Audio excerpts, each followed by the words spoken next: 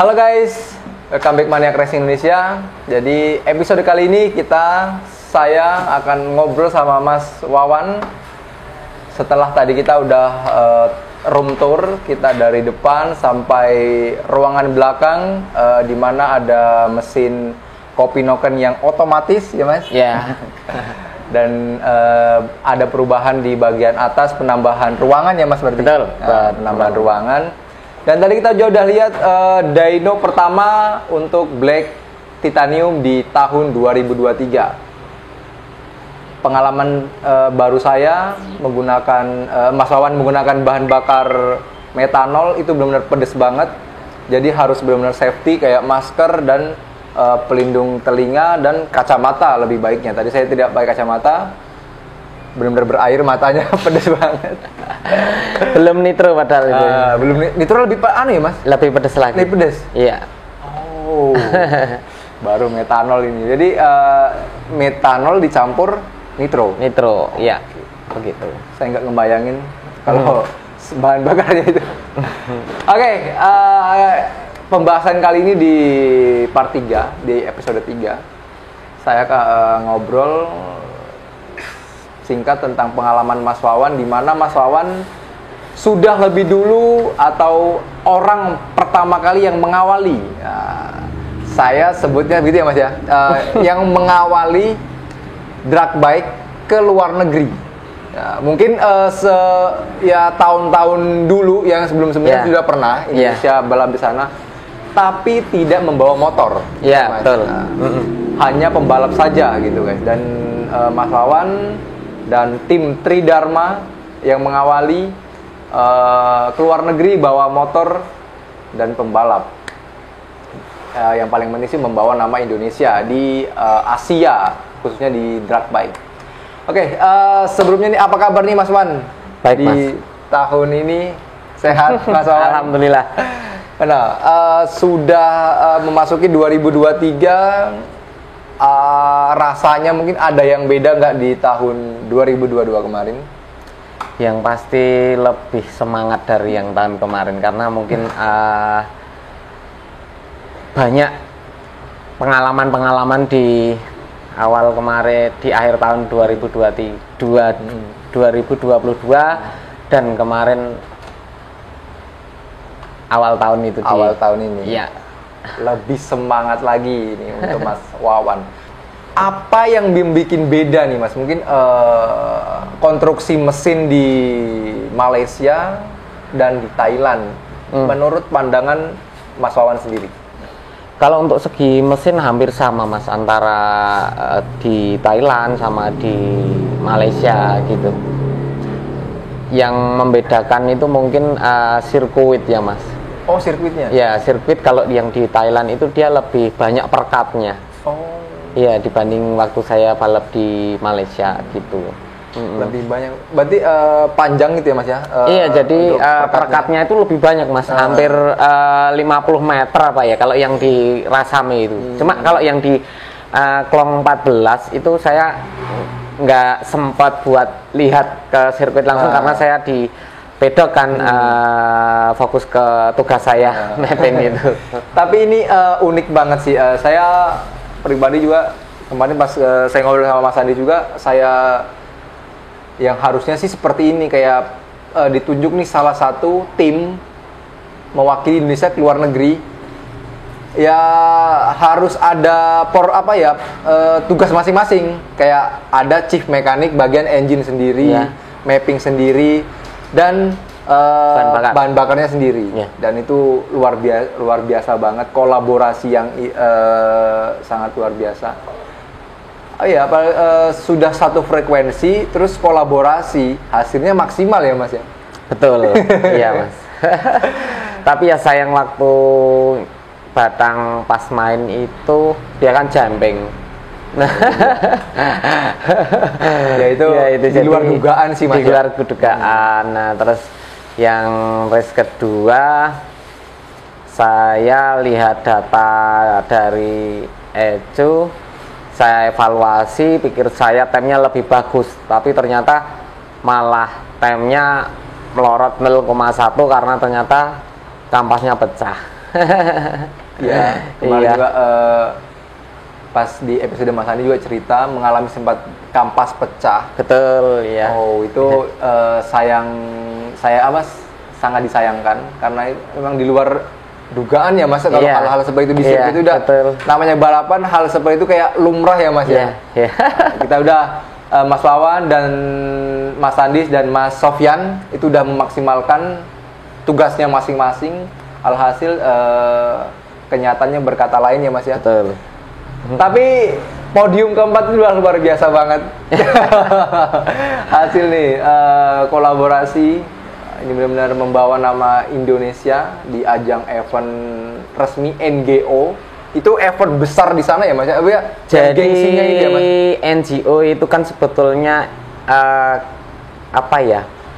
Singkatan dari apa? Tapi dari garis besarnya itu IO yang menentang tentang pemerintahan, dalam arti kalau di sini IMI ya. Oh iya. Ya, jadi kalau NGO itu kalau di sini di luar IMI.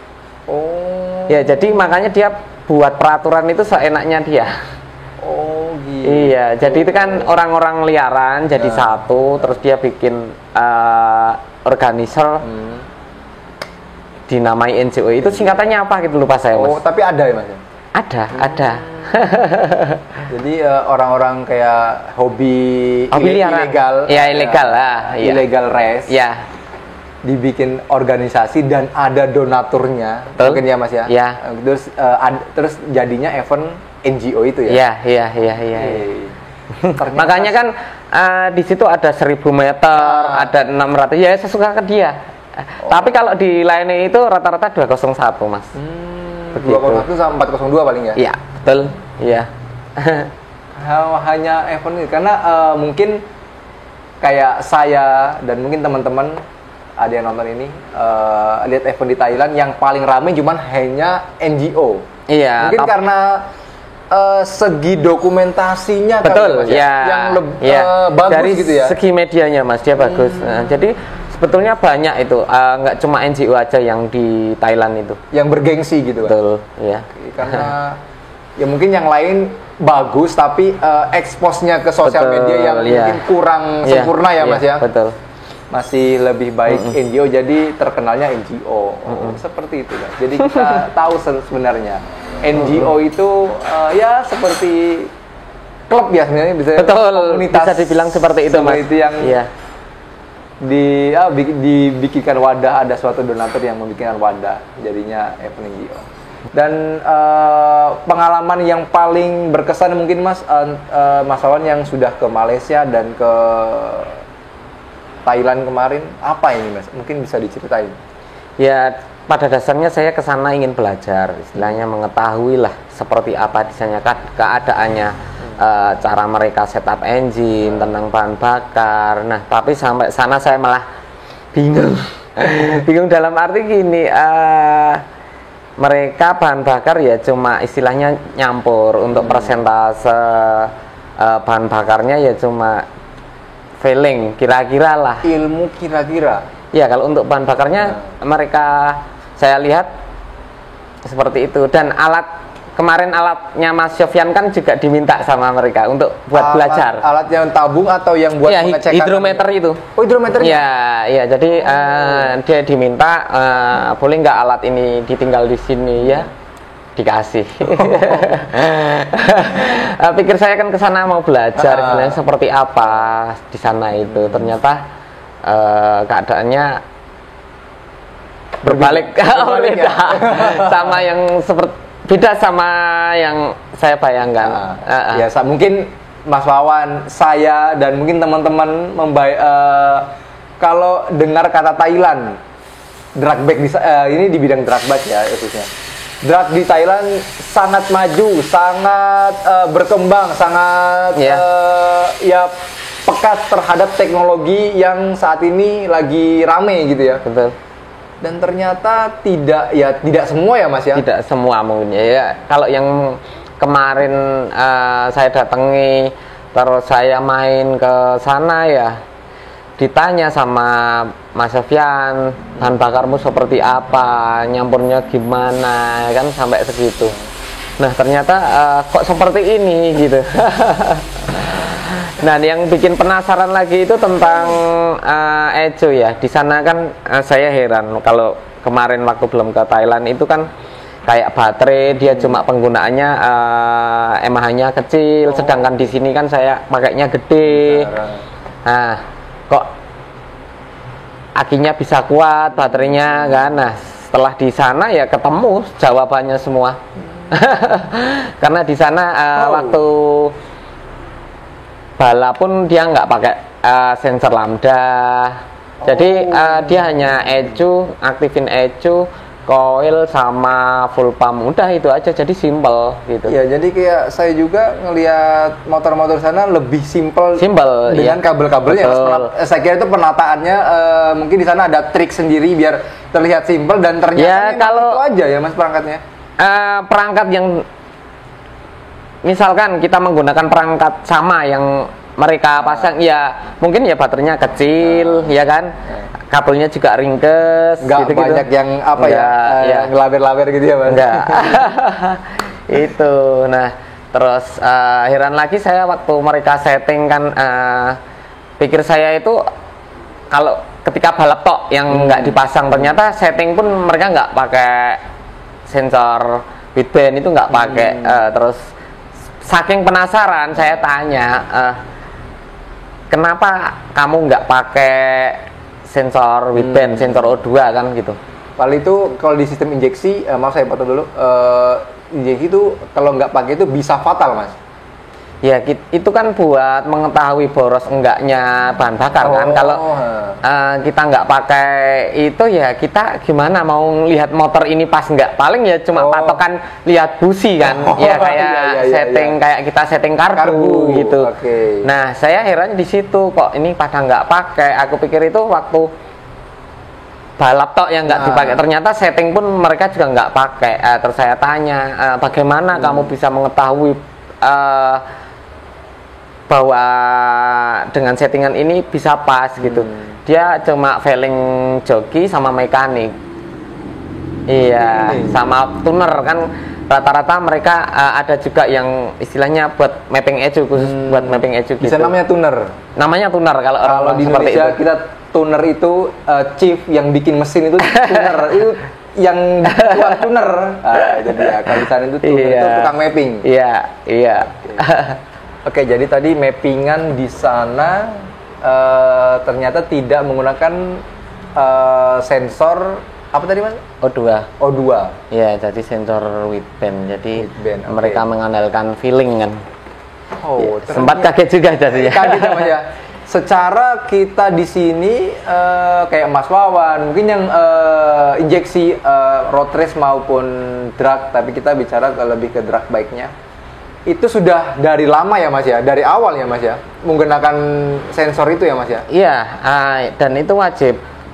Orang Thailand pun juga menggunakan, cuma ketika waktu demo saja mas. Habis itu dia lepas, dia tanpa lambda, gitu. Nah, jadi seperti ini guys, kita dapat pengetahuan dari Mas Wawan pengalamannya di Thailand. Ternyata tidak semua yang ada di Thailand itu lebih bagus dan tidak lebih buruk juga ya, ada plus minusnya ya mas ya. Betul. Iya. Mungkin secara fasilitas di Thailand memang oke banget ya mas. Betul. Iya. Kalau dari segi fasilitas kita kalah mas. Kalah mas. Iya, kayak di sirkuit, kita datang sirkuit itu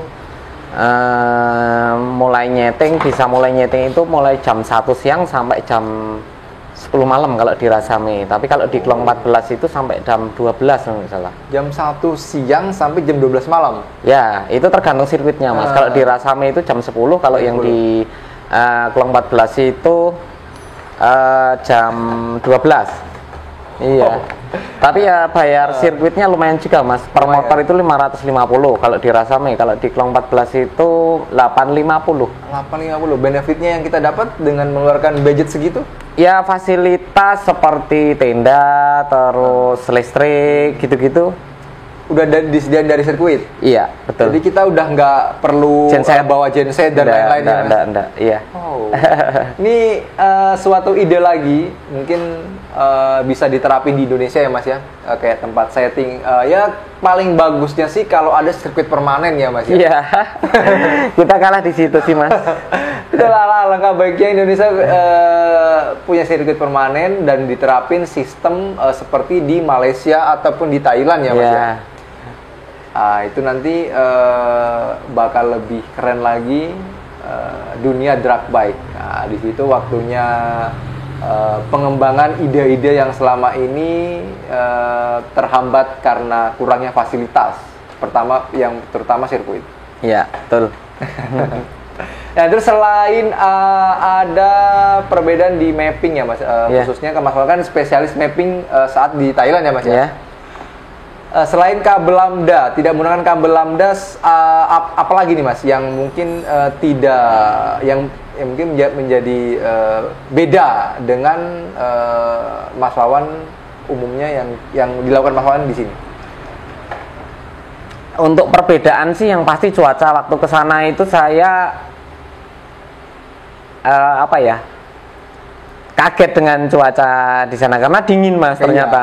Tidak seperti yang dibayangkan. Kemarin saya bayangkan ternyata panas kan, deket-deket panas, tapi waktu sampai ke sana itu mah temperatur itu 22 siang itu Mas. 22 siang? Ya. Siang hari 22? Iya, jadi siang itu pakai jaket.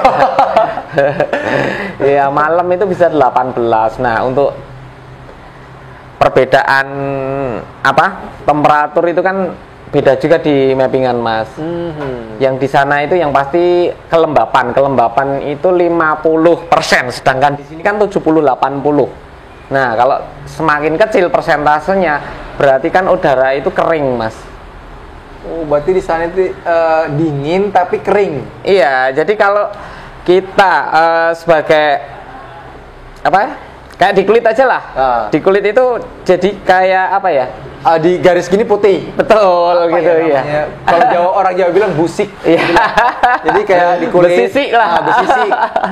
Iya gitu. Jadi kayak kalau cuaca memang kering gitu ya guys ya, kalau kurangnya kelembapan. Jadi kalau di kita garis kayak gini kuku itu putih gitu ya Mas ya. Betul ya. Oh, di sana kayak gitu. Iya, waktu saya ke sana seperti itu Mas. Terus jadi yang pasti bahan bakar jadi mintanya lebih boros karena kan kandungan airnya sedikit kan kalau kering tuh.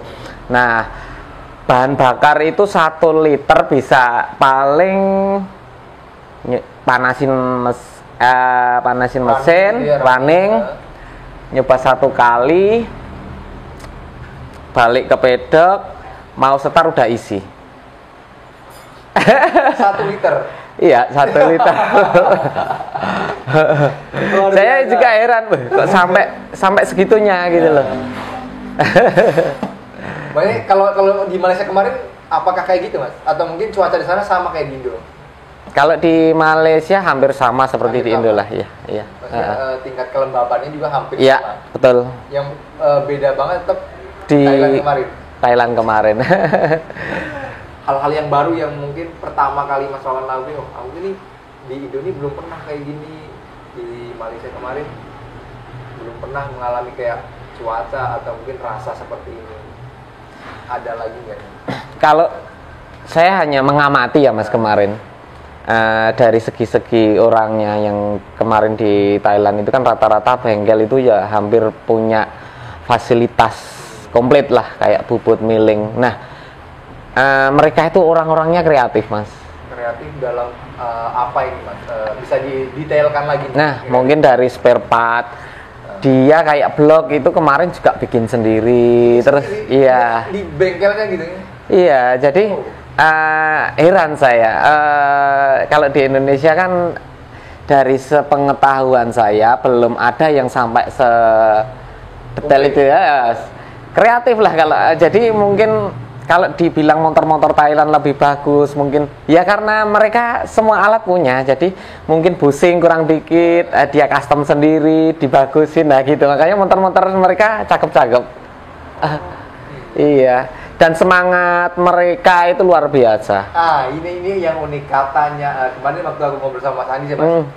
orang sana itu kayak semangatnya nih, kayak kalau saya pribadi nih kerja kayak konten pagi sampai siang, sore lemes. Iya. Di sana katanya semangatnya dari pagi sampai malam itu semangatnya kayak sama gitu mas. Iya, Stabil betul. gitu. Iya, betul. Saya aja sampai heran. Di sini kan saya juga sampai lembur sampai pagi. Tapi masih kalah semangat sama mereka. Oh, itu dia guys. Iya. Orang-orang sana apa ya? Racingnya gitu, jadi jiwa racingnya Betul. benar luar biasa berarti. Betul. Ya, Iya. sangat kuat, jadi rasa lelah itu nggak dirasa. Betul. Iya. Ya Mas Wawan aja ya, Mas Wawan ngalamin sendiri waktu mau berangkat ke Malaysia. Waktu aku sebelum berangkat kan aku sempat ngantenin di sini, saya ngantenin di sini dan sampai malam itu ya Mas ya. Iya. Dan itu tetap semangat yang waktu malam itu sama yang tadi pagi berbeda. Itu kayak gitu ya, sama tuh gitu Mas. Iya. Gak ada capeknya gitu kayak. Iya. Oh. Tapi yang pasti kita di sini nggak kalah pinter sama mereka, jadi jangan berkecil hati. Untuk segi skill, SOP kerja, rata-rata malah kalau saya lebih sini. Yakin, maksudnya yakin apa ya, bisa unggul lah. Iya, betul, unggul betul. Di Indonesia, Iya, kita. iya, iya. Dan mereka ya bilang sendiri seperti itu. Kayak kemarin waktu setting Ecu, saya ditanya, kenapa kamu pakai data selengkap ini? Gitu. Saya bilang karena saya mudah untuk menganalisa dan saya bisa tahu kesalahan saya atau kesalahan engine atau kesalahan joki itu saya bisa tahu. Contoh, motor ini tadinya tem 60 misalkan, coba lagi 61 atau 62. Nah dari situ kan kita bisa evaluasi. Seperti misalkan pembalap tuh yang tadinya 60 sekarang 61 62 itu, oh ternyata gigi 1 sama 2 sliding. Nah kalau kita datanya lengkap kan kelihatan itu Mas. Jadi kita nggak kira-kira apa nih ya, kira-kira apanya ya, seperti itu nggak ada. Jadi benar-benar tahulah kesalahan itu di mana gitu. Berdasarkan data itu udah pasti ya. Iya. Angka itu ilmu pasti ya Mas ya. Betul. Iya. Iya. Orang sana sampai mengakui gitu ya Mas ya. Jadi sempat sharing berarti ya Mas, ngelihat cara orang sana mapping dan orang Thailand pun lihat cara Mas Wawan nyeting. Betul. Iya, betul. Iya, ya saling bertukar pikiran lah. Oh wow. Ini apa nih hal yang paling seru Mas Wawan dengan orang-orang Thailand? Apa ya? Ya dari bahasa sih Mas mungkin. Kalau kita bisa tahu mereka ngomong kan, kita tahu itu ngomong, dia ngomong satu kalimat, kita hanya mudeng 1-2 kata. Nah itu tujuannya sama lurus. Tapi kadang karena saya nggak begitu tahu tentang bahasa mereka, jadi mungkin ya lurus agak belok sedikit. Jadi yang cuma ketawa-ketawa aja jadi gitu. Menggunakan bahasa isyarat. Ya kadang kalau nggak tahu ya disambung dengan bahasa isyarat. Ya sebenarnya tapi kalau waktu di Malaysia tidak jauh beda ya Mas. Iya betul, hampir mirip lah ya. Kalau Thailand benar. Dan yang pasti mereka itu welcome sama kita Mas di Malaysia, di Thailand, saling support lah, gitu. Kalau boleh tahu nih Mas, hal yang pengen ditanya di sana tapi belum kesampaian, apa salah satunya Mas? Kompresi sih Mas. Kompresi. Saya tungguin di sana kok belum ada yang ngukur kompresi. Terus saya tanya kompresinya berapa gitu kan. Dia cuma ngomong itu jarak dari TMA, piston TMA ke dinding silinder. Dia cuma ngasih ukuran 2 mili gitu. Oh, ke TMB Iya, TMA waktu TMA terus dia ukur deklirannya berapa gitu. Dia cuma kalau kurang kuat ya ditambahi, kalau kekuatan ya dikurangi gitu. Jadi saya bingung. Manual berarti. Iya, bisa dibilang seperti itu. Dan saya lihat di bengkel mereka juga ada alatnya, cuma mereka nggak pernah pakai. Nah itu kan saya masih misteri di situ. Maksudnya masih yang belum tersalurkan ya Mas ya? Iya. Kalau di sini kita ditanyain kompresnya berapa, udah ada datanya. Iya, betul iya. Sekian koma sekian. Iya, betul ya. Kalau di sana saya lihat sendiri mereka rakit belum pernah lihat.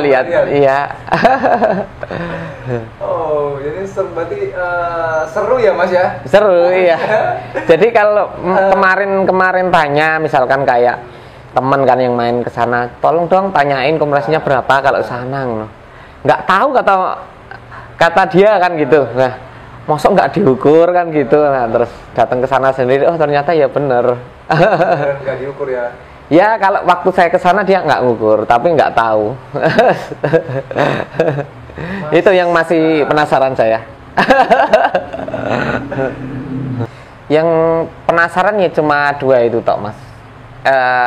Yang tadi awal itu tentang bahan bakar, kedua tentang ECU dan lain sebagainya itu. Nah itu dua itu.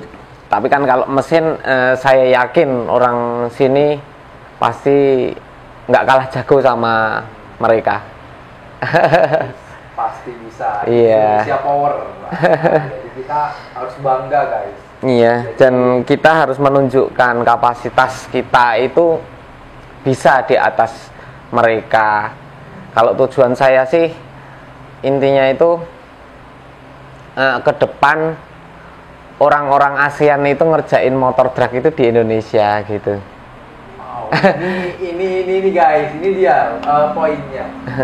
Ya karena kalau kita nggak ada yang mulai untuk istilahnya menunjukkan istilahnya kekuatan kita, kan mereka juga nggak percaya dan ragu gitu kan Mas. Mungkin kalau salah satu dari kita ada yang mengawali buat arah ke situ, jadi orang-orang itu kan tahu ternyata motor Indonesia juga kenceng-kenceng kan gitu. Lambat laun itu kan mereka pasti akan datang ke kita, dan yang merasakan itu kan nggak cuma saya, dan pasti semua mekanik nanti kebagian kan gitu Mas. Kalau tujuan saya seperti itu, bukan saya ingin menunjukkan kayak Bakura, kayak saya nggak ada niatan berarti seperti bisa itu. disimpulkan Mas Wawan dengan yang pertama tim Tridharma Bakura tur ke Malaysia kemarin, dan Mas Wawan sendiri ke Thailand kemarin, itu bukan ajang kayak pengen pamer atau cari sensasi. Aku sudah ke Thailand, aku sudah Mas. ke Malaysia. Sedikit pun tidak ada rasa seperti itu Mas. Tujuan Mas Wawan itu memang cari customer di luar negeri. Betul. Oh, nice. Oke guys, jadi seperti itu. Kita udah tadi dengar cerita pengalaman Mas Wawan di balapan Malaysia dan kemarin terakhir di balapan Thailand. Kesimpulan berarti produk Indonesia dan atau engine Indonesia tidak kalah ya Mas ya sama negara-negara yang ada di luar sana, khususnya di drag bike-nya. Oke, jadi nanti semoga project ini, projectnya Mas Wawan berjalan dengan lancar. Kita doakan sama-sama impian-impian Mas Wawan yang saat ini atau project Mas Wawan saat ini yang sedang diselesaikan. Oke guys, jadi seperti itu. Oke, habis ini kita bahas hal yang lebih seru lagi tentang Mas Wawan, masih seputar balapan di luar negeri, khususnya drag bike. Oke, jangan sampai ketinggalan.